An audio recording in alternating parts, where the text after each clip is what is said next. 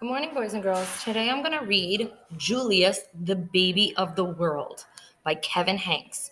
We are going to do a little bit of an author study on Kevin Hanks. So we're going to read several of his books, and we're going to be talking about what we notice, what we wonder. We're going to be talking about the characters. We're going to talk about the setting. We're going to retell the story. Okay, so we did this in class, but Miss Waters is going to read it so you can listen to the story again. Julius, the Baby of the World by Kevin Hanks. Before Julius was born, Lily was the best big sister in the world. She gave him things, she told him secrets, and she sang lullabies to him every night. After Julius was born, it was a different story. Lily took her things back. She pinched his tail and she yelled insulting comments into his cribs. "I am the queen," says Lily. "I hate Julius." But her parents loved him. They kissed his wet pink nose, they admired his small black eyes, and they stroked his sweet white fur. Lily thought his wet pink nose was slimy. She thought his small black eyes were beady. And she thought his sweet white fur was not so sweet, especially when he needed his diaper changed. "Julius is the baby of the world," chimed Lily's parents. "Disgusting," said Lily. Lily had to share her room with Julius. "After Julius goes away, do I get my room back?" she asked. "Julius isn't going anywhere," said Lily's mom. And he didn't. He stayed and he stayed and he stayed. Lily was supposed to be very quiet while Julius slept. "After Julius goes away, can I talk like a normal person again?" she shouted. "Julius isn't going anywhere," said Lily's father. And he didn't. He stayed and he stayed and he stayed. "We want Julius to grow up to be as extraordinary as you," said Lily's mother. "So we must tell him constantly how beautiful he is and how much we love him." When no one was looking, Lily had her own idea. "We want Julius to grow up to be as clever as you," said Lily's father. "So we must sing him his numbers and letters whenever possible." When no one was looking, Lily had her own idea. And here she's telling him he's ugly. And she's telling him his numbers and letters in the wrong order. All right. Lily's parents were more than a bit doubtful about leaving the two of them alone together. Lily tried to frighten Julius with her nifty disguises. She learned magic and tried to make him disappear. When that didn't work, she simply pretended he didn't exist. Lily spent more time than usual in an uncooperative chair. A timeout chair. Lily's parents showered her with hugs and kisses and treats and all shapes and sizes. They even let her stay up 15 minutes later every night. It didn't matter. Nothing worked. "I am the queen," said Lily, "and I hate Julius." But her parents loved him. They kissed his wet pink nose, they admired his small black eyes, and they stroked his sweet white fur. "Julius is the baby of the world," chimed Lily's parents. "Disgusting," said Lily. Lily's parents were amused when Julius blew a bubble. "Can you believe it?" they exclaimed. But if Lily did the same exact thing, they said, "Lily, let's mind your manners, please." Lily's parents were dazzled with Julius' babble and gargle. "Such a vocabulary," they exclaimed. But if Lily did the exact same thing, they said, "Lily, let's act our age, please." Lily's parents were amazed when Julius screamed. "What lung capacity!" they exclaimed. But if Lily did the same exact thing, they said, "Lily, let's restrain ourselves, please."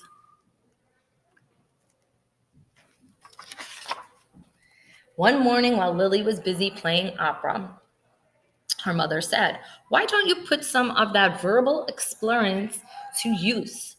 Why don't you tell Julius a nice story?" "He's too little to understand a story," said Lily. "He can understand it in his own way," said Lily's mother. "Okay," said Lily, smiling. "Julius, the germ of the world by me," said Lily. Once upon a time, said Lily, there was a baby. His name was Julius. Julius was really a germ. Julius was like dust under your bed. If he was a number, he would be 0. If he was a food, he would be a raisin. 0 is nothing. A raisin tastes like dirt. The end, said Lily. The story earned her 10 minutes in the uncooperative chair.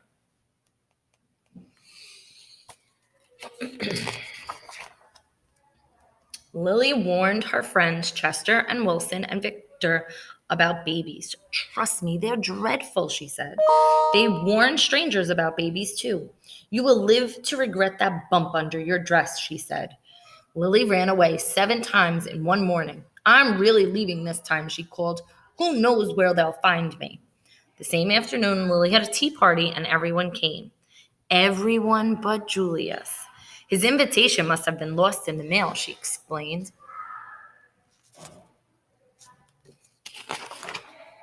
Lily had glorious dreams about Julius and ghastly nightmares too. Lily's parents showered her with compliments and praises and niceties of all shapes and sizes. They even let her drink her juice out of the antique china cup. It didn't matter. Nothing worked. I am the queen, said Lily, and I hate Julius. But her parents loved him. They kissed his pink nose, they admired his small black eyes, and they stroked his sweet white fur. Julius is the baby of the world, chimes Lily's parents. Disgusting, said Lily.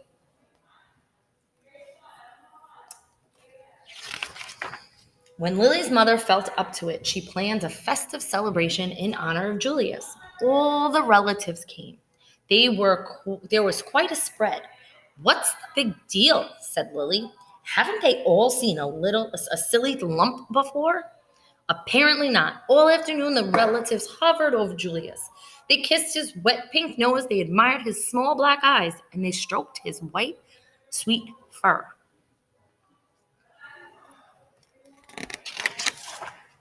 Disgusting, said Cousin Garland. What? Said Lily. Julius, said Cousin Garland. I think his wet pink nose is slimy. I think his small black eyes are beady. And I think his sweet white fur is not so sweet.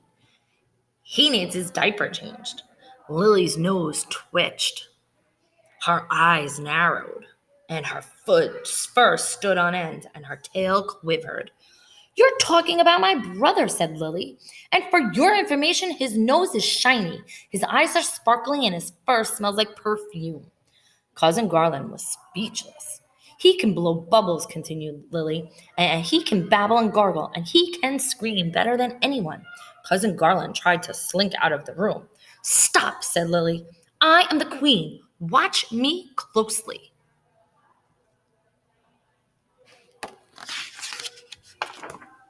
Lily picked up Julius. She kissed his wet pink nose. She admired his small black eyes, and she stroked his sweet white fur.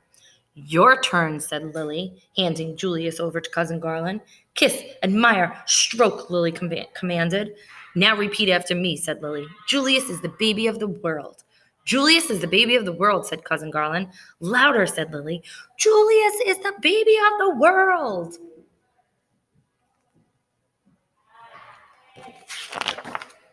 And from then on, he was, in everyone's opinion, especially Lily's.